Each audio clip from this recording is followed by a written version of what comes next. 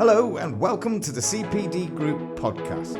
Join us as we guide you through all things CPD, interview some special guests and offer advice to help your business thrive.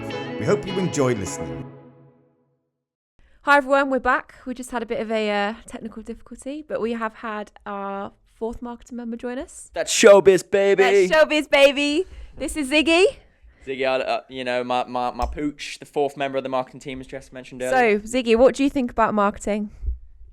He's going, I'm just thinking about food. Thinking about food.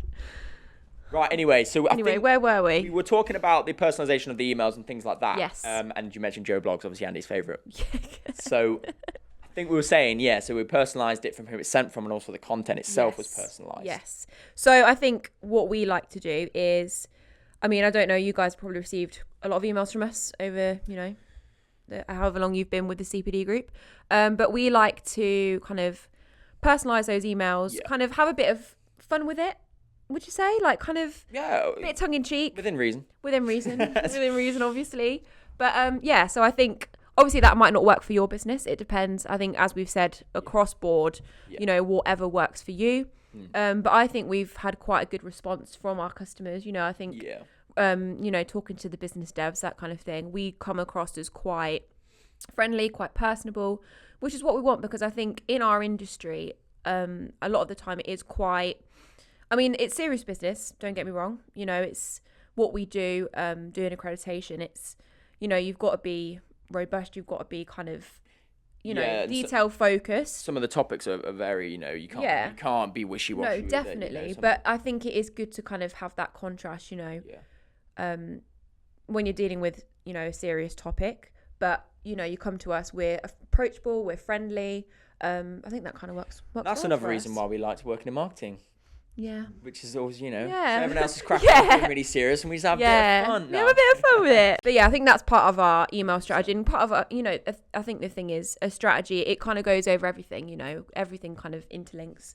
Yeah. But especially with our emails, a lot of the time, the first point of contact you'll get with us, if you sign up, will be an email. I think our welcome email is, hi there, nice to... Ooh. That's reminded me, actually, thinking about it. So we do send emails and things that come up, but we do email automations as well.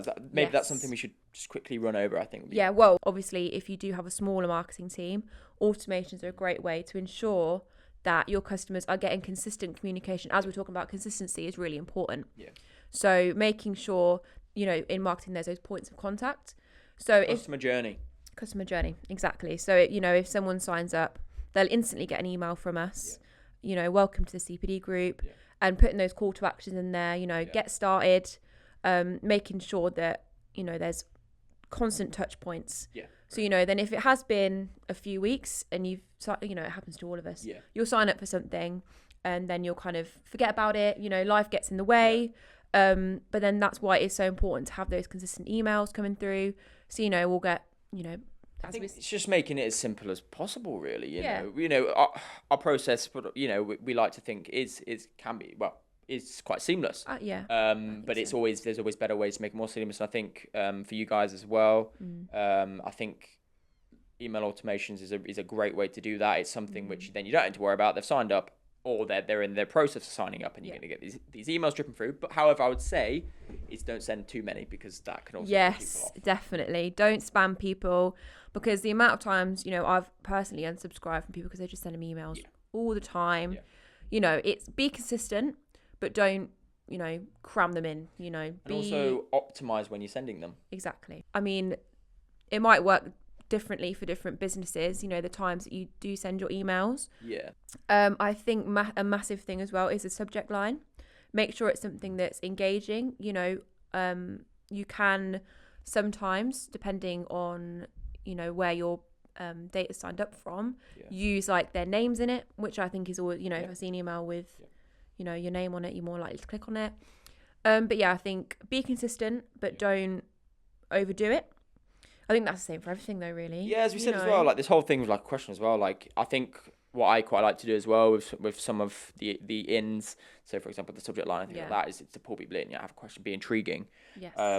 which works for me. And we You did a tend to good get one the other day. It was, the SEO one. Yeah. It was like, do you feel invisible online? Yeah. Which I think, a lot of people again, do. as we said, I think a lot of marketing is answering a question and answering a problem. Yeah. So, that's a problem that a lot of people might have. Do you find that people aren't noticing you online? Yeah. That's a problem that people have, and then you can solve it.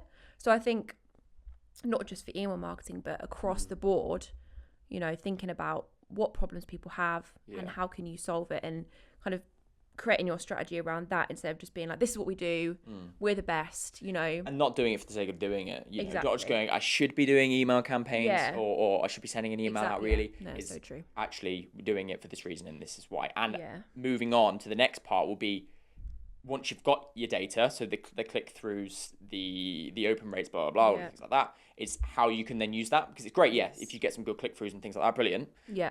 So direct them to your website or whatever. But also, I would say how we then, off the back of that. So, for example, we've been sending some campaigns out, and we've been pulling the data, exporting that, Yes. and then giving it to relevant teams to then Yeah. utilize that and target Yeah. those specific audience Because it's that a are great way to see, especially even just what they're clicking on. Yeah. So, in one campaign, you might have, I don't know, let's say we're talking about, so like a care newsletter we sent out.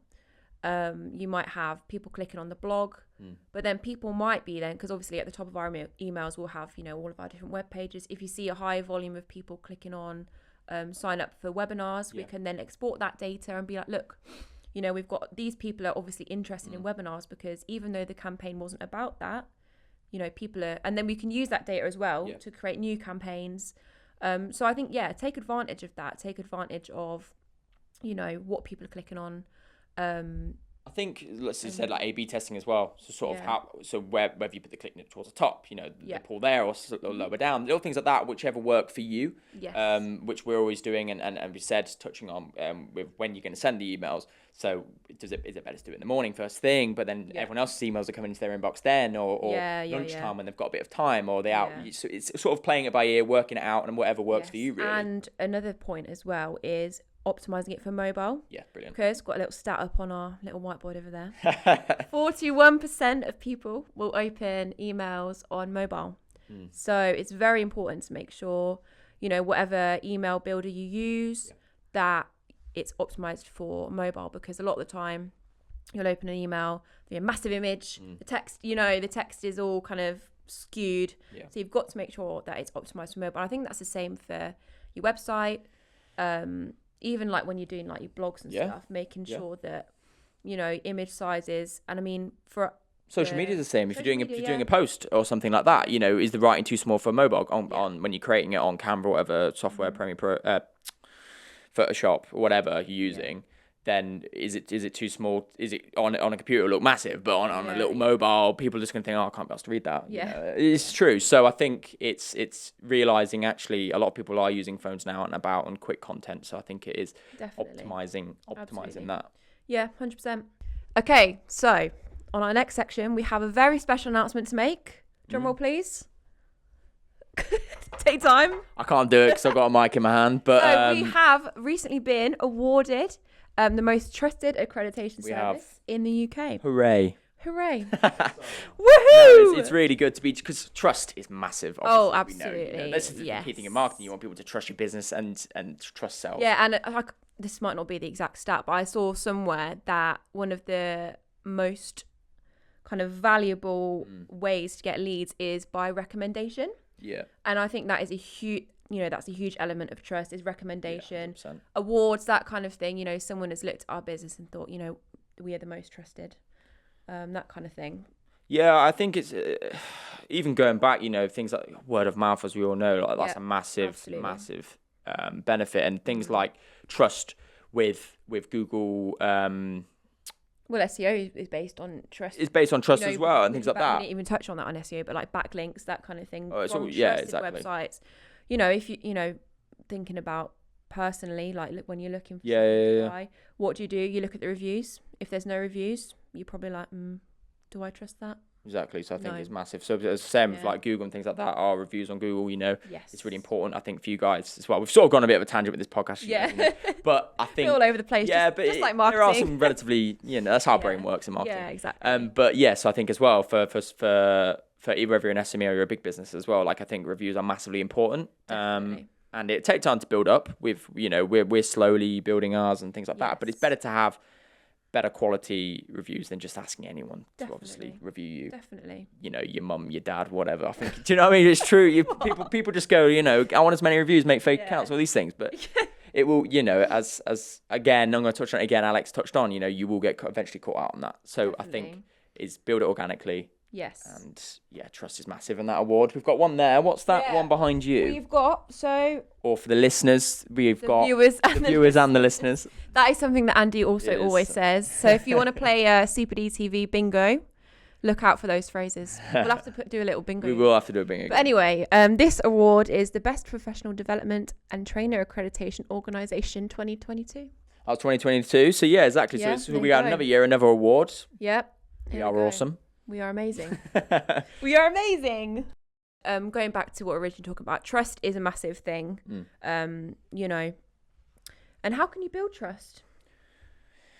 I think over time, I would say, but also building trust. There's obviously there's so many ways you can build trust. I think brand awareness as well. Is big, yeah. So I think, obviously we've got our logo, and a big part of marketing for us is that brand awareness, getting that logo out there. Yeah. Knowing that our logo is one that you can trust. Yeah. One that you see it and you know that course has been assessed for quality, that event you're attending. Yeah.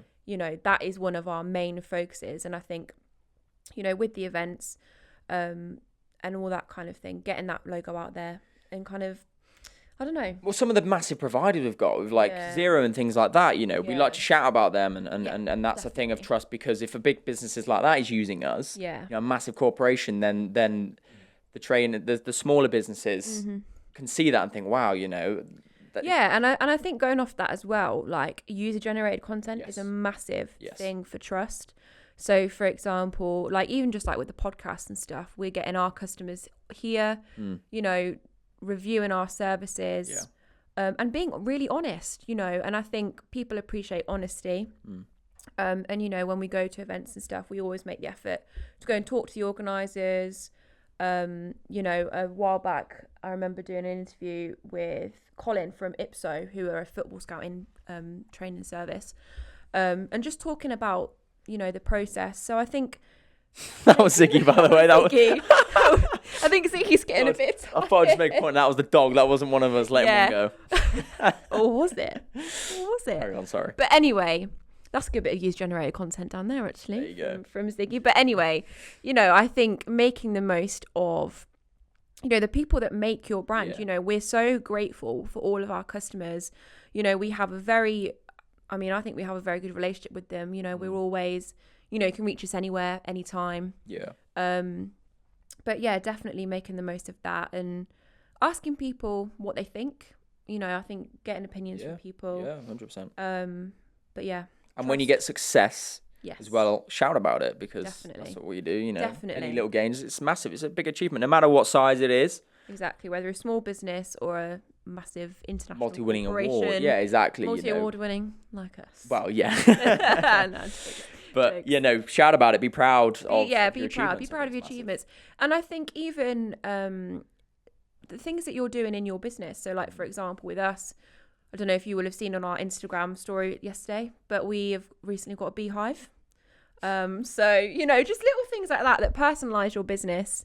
And I think that the human element builds trust as well, because definitely. If you can see the people that you're going to be working with, I think that does build that sense of trust, because, you can see them, you can just see that they're humans just like you, Don't be scared of us. Don't be scared. You can work with us. You might be after this podcast. Well, yeah, true. They probably listened to about 2 minutes and probably went. Yeah, they're like, oh, shut up, guys. Yeah. But for the people that are still here. Yes, thank you. But anyway, thank you very much, guys, for tuning into this marketing takeover. We hope we've not waffled on too much. And should we do another one at the end of the next series? We may do another one if you guys have enjoyed it. Even Yeah, if let you us have, know. let us know. Sound off in the comments, guys. Sound off in the comments. And so this is the last episode of season 2. We've got a lot of exciting things in store for season 3. So be sure to check out. That will drop probably around September, I'll be thinking. Yeah, September time. And as we have said in previous videos, if you do have any ideas or you want to come on the podcast, please let us know. We're always welcome to suggestions. But yeah, we'll see you next time. We've been the marketing team. Thank you very much. Take care. Over and out. Over and out. Thank you for tuning in to the CPD Group podcast. Be sure to tune in next time for more helpful content. See you soon. Before you go, did you know that you can receive a free CPD certificate from listening to this podcast? All you need to do is head over to thecpd.group/podcast. That's thecpd.group/podcast and enter the confirmation code 800031.